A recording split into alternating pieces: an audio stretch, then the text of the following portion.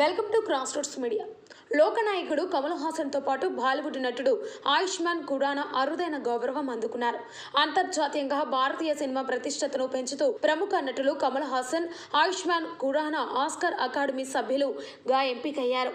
The academy of motion pictures arts and sciences తాజాగా విడుదల చేసిన 2025 సభ్యత్వ జాబితాలో వీరిద్దరికీ చోటు దక్కింది. ఇకపై ఆస్కార్ అవార్డుల తుది నామినేషన్లు ఎంపికలో వీరు ఓటింగ్ హక్కుతో భాగస్వాములవుతారు. భారతీయ సినీ రంగానికి ఇది మరింత గౌరవాన్ని తీసుకురావడమే కాకుండా ఈ ఇద్దరు నటులు ప్రతిభకు ప్రపంచ స్థాయిలో గుర్తింపు దక్కింది.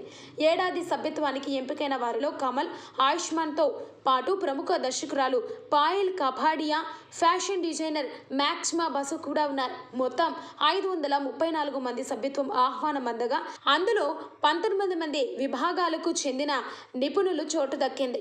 కొత్తగా ఆహ్వానం పొందిన వారిలో 41% మహిళలు ఉన్నారు. వచ్చే సంవత్సరం మార్చి 15న ఆస్కార్ అవార్డు వేడుక జరగనుండగా జనవరి 12 నుంచి 16 మధ్య నామినేషన్ ప్రక్రియ నిర్వహిస్తారు. వాటి పరిశీలన అనంతరం తుది నామినేషన్ల జాబితాను జనవరి 22న ప్రకటించనున్నారు.